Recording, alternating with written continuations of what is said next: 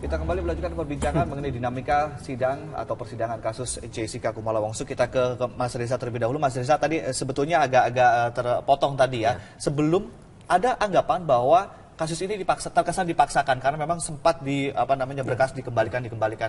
Apa sebetulnya bukti kuat yang memang harus ada?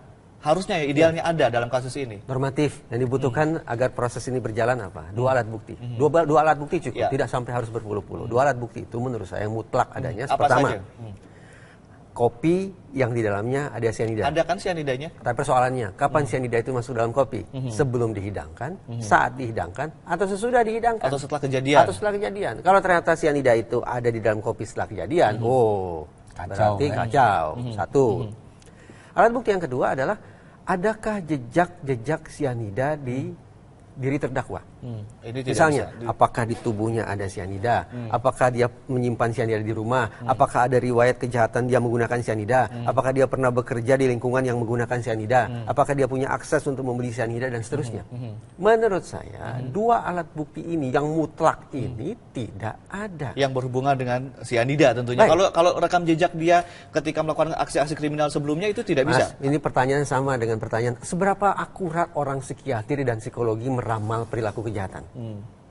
Apakah dengan berbagai macam temuan psikologis lewat pemeriksaan psikologis kemudian bisa serta-merta dikatakan orang itu pasti akan melakukan perbuatan yang linear?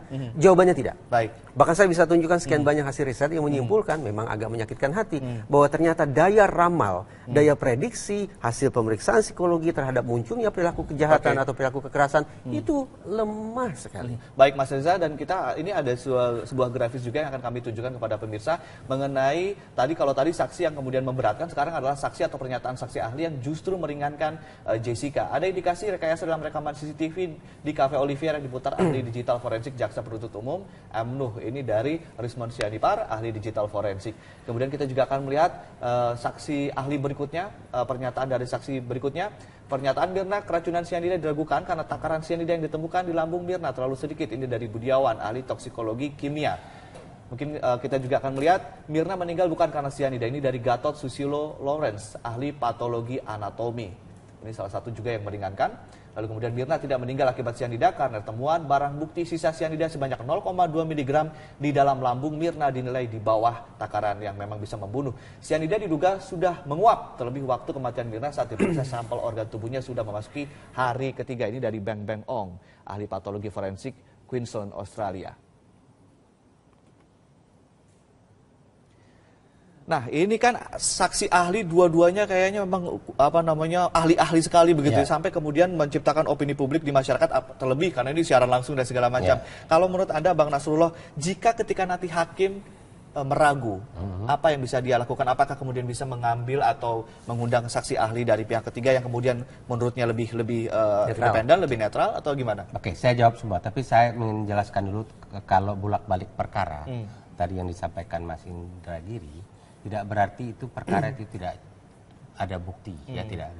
Sistem peradilan kita, sistem sekarang diferensial fungsional itu memang harus bolak-balik perkara bisa 2-3 kali, bisa berkali-kali, bahkan sampai kadang-kadang tahanannya sudah harus keluar demi hukum, belum sempat, tapi itu normal karena sistemnya. Yang akan membuktikan di pengadilan nanti penuntut umum bukan penyidik. Jadi apa yang dikerjakan oleh penyidik ini dinilai oleh penuntut umum ya.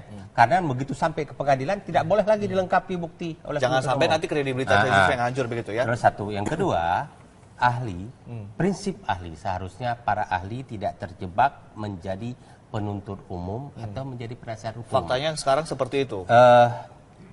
Saya tidak ingin mengatakan yang sekarang toh, tapi secara umum begitu. Kalau ahli yang dihadirkan oleh penuntut umum cenderung mati-matian dia membela dakwaan.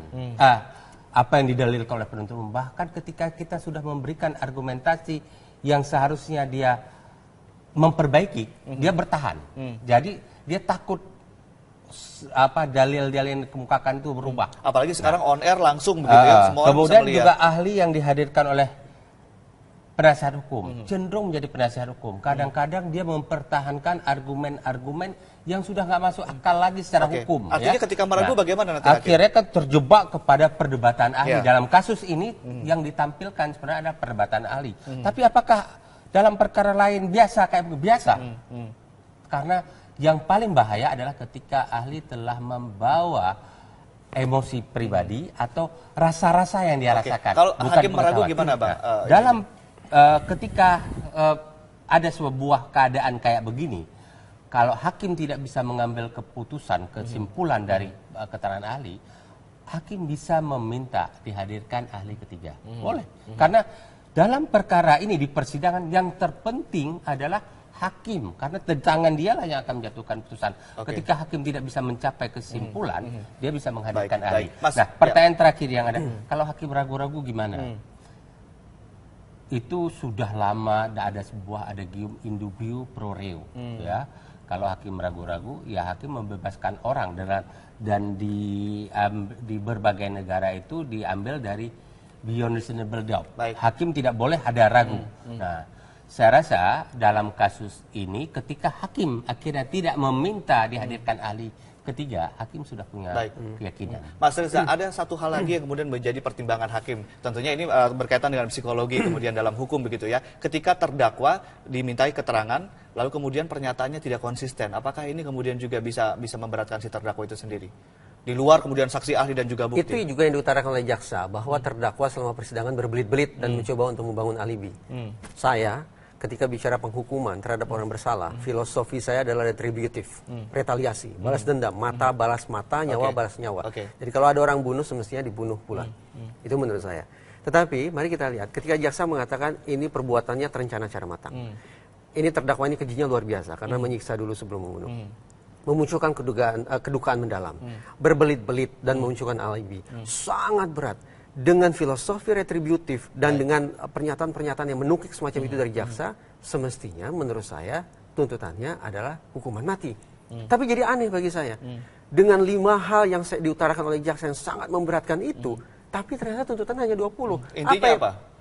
Tafsiran saya, boleh jadi, mungkin keliru, walaupun sedikit masih ada keraguan-raguan di dalam diri jaksa. Baik. Saya langsung jawab ini. Ini penting saya jawab karena begini. Ada sebuah perjanjian kerjasama antara pemerintah Republik Indonesia dengan Australia. Bahwa di Australia itu mereka tidak menerapkan pidana mati. Pemerintah Australia hanya mau membantu proses peradilan Indonesia kalau nantinya tidak diterapkan pidana Bang Nasrullah, mati. ada satu pertanyaan lagi sebetulnya yang kemudian publik juga ingin mengetahui. Ini pernyataan ada pakar hukum yang menyatakan bahwa kasus ini tidak bisa dilanjutkan karena buktinya adalah CCTV, sementara MK memutuskan bahwa CCTV tidak sah digunakan sebagai alat bukti. Mungkin sedikit saja informasi dari Anda. Itu pendapatnya keliru bahwa MK memutuskan itu tidak mengatakan CCTV itu terkait awalnya diajukan itu kan terkait dengan penyadapan proses pengambilan bukti dari alat telekomunikasi atau data-data elektronik ya. Di berbagai negara di dunia, semua negara modern menggunakan data elektronik sebagai alat bukti. Bahkan ini penting saya katakan. Kami dalam penyusunan RUU KUHAP yang baru yang sudah kita serahkan ke DPR, ditambahkan alat bukti. Barang bukti menjadi alat bukti. Termasuk data elektronik menjadi alat bukti. Termasuk bahkan CCTV itu ya. Makanya saya katakan tadi data elektronik itu adalah alat bukti. Kemudian di pasal penjelasan disebutkan apa itu data elektronik. Intinya keliru begitu ya penafsiran seperti itu. Satu pertanyaan kunci. Bang, Jessica, Mas Reza, Jessica kira-kira dinyatakan bersalah atau dinyatakan bebas? Singkat saja. Karena tadi tafsiran saya jaksa saja masih menyimpan sedikit keraguan-raguan, maka dugaan saya juga hakim tidak akan 100% beyond reasonable doubt meyakinkan bahwa terdakwa bersalah. Jadi akan dibebaskan begitu ya? Dugaan saya demikian. Kalau dari Bang Nasrullah? Saya sudah punya kesimpulan, tapi kesimpulan ini tidak boleh saya jawab. Kalau beliau mungkin bukan orang yang berada dalam sistem peradilan pidana menjawab. No problem, tapi saya tahu di dalam sistem peradilan pidana. Saya anggota tim penyusun RUU KUHAP. Saya jawab pertanyaan ini melanggar prinsip-prinsip hukum. Tapi dari awal sampai akhir secara implisit Bang Nasrullah sudah memperlihatkan bagaimana kemudian tafsiran-tafsiran dari Pak Nasrullah begitu ya. Baik, terima kasih. Yang artinya memang berseberangan dengan Mas Reza. Terima kasih Mas Reza dan juga Bang Nasrullah telah sharing bersama kami di Selamat Pagi Indonesia.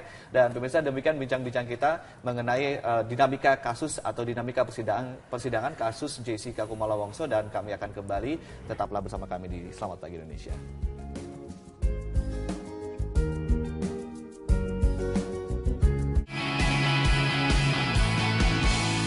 Pemirsa, 27 kali persidangan digelar untuk mengungkap kebenaran di balik kasus kematian Wayan Mirna Salihin Januari lalu. Puluhan saksi dan bukti dihadirkan di sidang dengan terdakwa yang juga teman Mirna Salihin, yaitu Jessica Kumala Wongso. Apakah rangkaian persidangan akan berujung keadilan bagi semua pihak? Kami akan membahasnya bersama ahli psikologi forensik Reza Indragiri dan pengamat hukum pidana Teguh Nasrullah. Selamat pagi Mas Reza, Bang Nasrullah. Sebelum kita memulai perbincangan, kita akan ada menampilkan grafis mengenai saksi-saksi yang juga sudah hadir atau memberikan keterangan atau memberikan kesaksian di pengadilan untuk Jessica atau kasus Jessica ini, di mana ada yang akan kami tampilkan. Pertama adalah saksi atau kesaksian yang memberatkan atau pernyataan saksi yang di persidangan Jessica. Itu ada pakar psikologi Salito Wirawan Sarwono. Tindakan Jessica meletakkan paper bag yang kemudian juga diulas.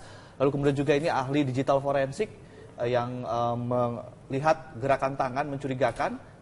Ini adalah salah satu pernyataan saksi yang memberatkan selama persidangan kasus Jessica Kumala Wongso ini.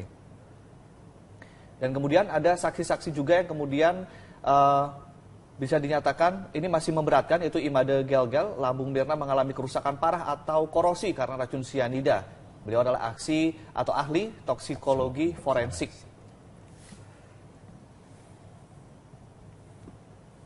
Masih dari saksi yang memberatkan, ahli toksikologi Puslab 4 Polri Kombes Nur Samran Subandi yang menyatakan Mirna tewas karena racun sianida. Dari Natalia Widiasih Raharyanti, informasi dari Christy Louise Carter, Jessica pernah mengungkapkan dirinya bisa saja bunuh diri dan membunuh orang menggunakan pistol atau racun. Ini adalah pernyataan dari ahli psikologi. Lalu kemudian ahli psikolog klinis Antonia Ratih, jika seseorang melihat kawannya tewas akan cenderung menarik diri dari aktivitas sosial, namun Jessica menunjukkan dirinya di publik yang dinilai tidak lazim. Ini adalah saksi yang selama ini cukup memberatkan. Ya, kita langsung saja ke Mas Reza. Mas Reza, ini kan ada keyakinan hakim, ada juga fakta persidangan. Dari 27 kali sidang, 46 saksi dihadirkan. Fakta-fakta persidangan apa yang bisa kita garis bawahi selama ini? Pada akhirnya semua kembali kepada interpretasi hakim, keyakinan mana hakim, yang dianggap meyakinkan atau tidak. Gitu. Saya tidak memiliki kompetensi untuk menilai semua keterangan ahli. Saya hanya bisa memberikan komentar terkait dengan keterangan dari ahli psikologi. Tapi fakta persidangan apa yang bisa digarisbawahi kalau dari sudut pandang Mas Reza? Psikologi adalah ilmu mempelajari tentang tingkah laku. Jadi yang semestinya menjadi catatan ahli psikologi adalah tentang perilaku. Demikian pula komentar saya. Bagi saya, fakta atau bukti yang paling meyakinkan yang tiada tandingannya dari perspektif psikologi adalah perilaku si terdakwa. Adakah perilaku terdakwa yang secara terang benderang memperlihatkan adegan di mana terdakwa membubuhkan sesuatu, anggaplah racun, ke dalam sebuah kopi yang kemudian diminum oleh korban dan mengakibatkan korban meninggal dunia. Sepanjang ingatan saya berjalan dan mata saya melihat, saya tidak melihat ada satu adegan pun di mana terdakwa menampilkan perilaku semacam itu. Jadi yang saya nilai adalah perilaku terdakwa ya. Saya tidak bicara gestur, karena menurut saya itu pseudoscience atau ilmu yang semu. Tapi yang terukur ilmiah adalah perilaku itu sendiri. Perilaku itu yang tidak terlihat selama persidangan. Tidak ada satupun barang bukti yang menunjukkan bahwa terdakwa bergerak, menampilkan perilaku, menampilkan aktivitas psikomotorik di mana dia memasukkan sesuatu sianida ke dalam kopi yang kemudian diminum oleh korban dan mengakibatkan korban meninggal dunia.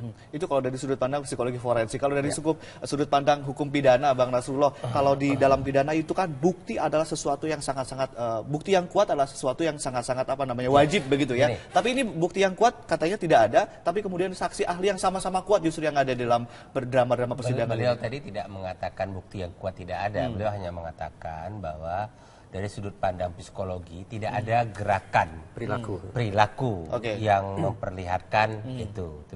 Bukan berarti bahwa pelaku tidak terbukti melakukan sebuah kejahatan, karena kan maaf ya, saya mohon koreksi kalau saya keliru. Secara psikologi sudah ada sebuah asumsi misalnya begini, kalau Anda sering pakai baju ungu, Anda punya sifat-sifat kayak begini, baju hijau kayak begini, tapi itu tidak selalu sinkron dengan asumsi itu ya. Tapi intinya apa nih? Intinya begini, apakah kasus ini ada bukti apa tidak, terbukti apa tidak? Saya terlalu melanggar prinsip hukum dalam sistem peradilan kalau saya jawab itu. Tetapi yang bisa saya jawab adalah penuntut umum membuat sebuah dakwaan. Ketika dia membuat sebuah dakwaan, dia bangun konstruksi hukum. Konstruksi hukum itu kemudian didukung oleh alat bukti yang dihadirkan. Baik saksi maupun ahli dan surat. Nah, sejauh ini konstruksi hukum yang dibangun oleh penuntut umum telah terdukung secara kuat seluruhnya. Saksi-saksi atau ahli yang dihadirkan oleh penuntut umum mendukung nggak surat dakwaan selama ini? Saya melihat konstruksi hukum itu berhasil, didukung oleh saksi dan ahli. Tapi kemudian kan dari pihak pengacara melakukan dekonstruksi makanya, dalam sistem peradilan itu bahwa kedua belah pihak diberi hak memberi pembuktian, menyampaikan pembuktian yang sebaliknya. Nah, penasihat hukum juga menyampaikan itu. Nah, bagi orang awam begitu menonton itu, jadi kok jadi begitu ya hukumnya? Karena kita menghadirkan sisi yang berbeda. Itu terjadi di ruang sidang hampir semua perkara. Tapi bagi orang hukum yang mengerti sistem peradilan, melihat bukti, melihat fakta-fakta, dia udah bisa menyimpulkan, tidak ragu, tidak bingung. Tapi kemudian ada pernyataan yang menyatakan begini, Bang Nasrullah, bahwa selama ini saksi ahli yang dihadirkan adalah menyatakan bahwa apa penyebab kematian Mirna, tapi kemudian tidak ada yang bisa membuktikan Jessica membubuhkan sesuatu entah apapun itu ke dalam kopi yang Mirna. Karena itu kan, yang kemudian menjadi bukti. Karena kan masyarakat menganggap baru terbukti kalau terlihat ada saksi yang melihat pelaku itu memasukkan racun dalam sebuah makanan atau ada CCTV yang memperlihatkan itu. Itu masyarakat menafsirkan pembuktian seperti itu. Dalam hukum itu ada yang namanya saksi berantai. Selalu saya katakan saksi berantai itu misalnya begini. A jam 10 pagi melihat X masuk ke rumah. Ke rumah B. Ke rumah Y. B jam 11 pagi melihat X keluar dari rumah B membawa sebuah bungkusan. C melihat X jam 1 siang menjual sebuah televisi di rumah di pasar Kawak. D melihat X jam 5 sore traktir teman-teman makan. Pertanyaan saya, adakah satu saja saksi yang melihat secara sempurna X telah mencuri televisi Y? Tidak ada. Tidak Kecuali ada. mungkin kalau ada CCTV begitu ya. Tapi dalam hukum itu dimungkinkan dirangkai. Dirantai kesaksian A, B, C, D menjadi sebuah rangkaian yang utuh. Nah, sehingga menyimpulkan bahwa bisa diambil kesimpulan bahwa X telah mencuri televisi milik Y. Baik. Kita ke Mas Reza sebagai psikologi forensik. Ini kesaksian berantai. Ini kan kemudian kalau dalam kasus pembunuhan berencana, sebetulnya ketika penyidik akan melakukan proses penyidikan dan masuk ke belum masuk ke pengadilan, apa yang harus dilakukan? Apa yang harus dibuktikan secara kuat terlebih dahulu di awal? Inilah perbincangan yang membenturkan antara psikologi forensik dengan hukum.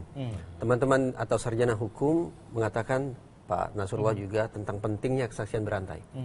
Kajian puluhan tahun psikologi forensik sudah sampai pada sebuah simpulan yang berbalik 180 derajat. Psikologi forensik menyimpulkan bahwa barang yang paling merusak proses pengungkapan kebenaran, barang yang paling merusak proses persidangan, tak lain tak bukan justru kesaksian. Kenapa? Karena kesaksian mata, termasuk pengakuan sekalipun, adalah proses yang mengandalkan daya ingat manusia. Daya ingat manusia mudah berbelok, terbatas begitu ya, dan juga mudah terpecah.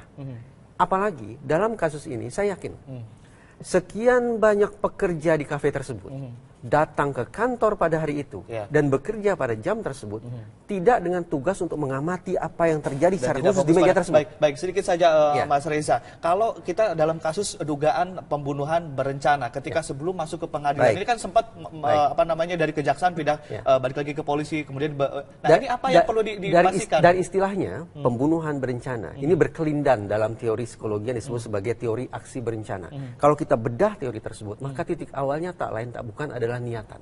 Motif. Dalam bahasa hukum saya pikir motif, setara dengan mens rea. Di samping itu baru muncul perilakunya, alias dalam bahasa hukum modusnya. Kalau dari motif, apa yang perlu dicari oleh polisi sebelum kemudian maju ke persidangan? Apa yang menyebabkan atau melatar belakangi menjadi motif, menjadi niatan bagi terdakwa untuk membunuh korban?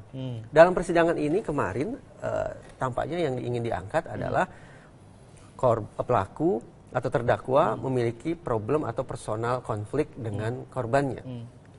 Tapi dari pemeriksaan psikologi pun yang fokus pada mencari atau menggali motif itu tidak tampak secara spesifik bahwa terdakwa memiliki konflik personal secara langsung dengan korban. Baik, tanpa mendahului keputusan hakim, nanti saya ingin menanyakan kepada Bang Nasrullah dan juga Mas Reza, sebetulnya bagaimana, apakah Jessica ini akan dinyatakan bersalah atau justru bebas? Nanti kita akan membahasnya setelah jeda yang satu ini, dan pemirsa tetaplah bersama kami karena Selamat Pagi Indonesia akan segera kami lanjutkan.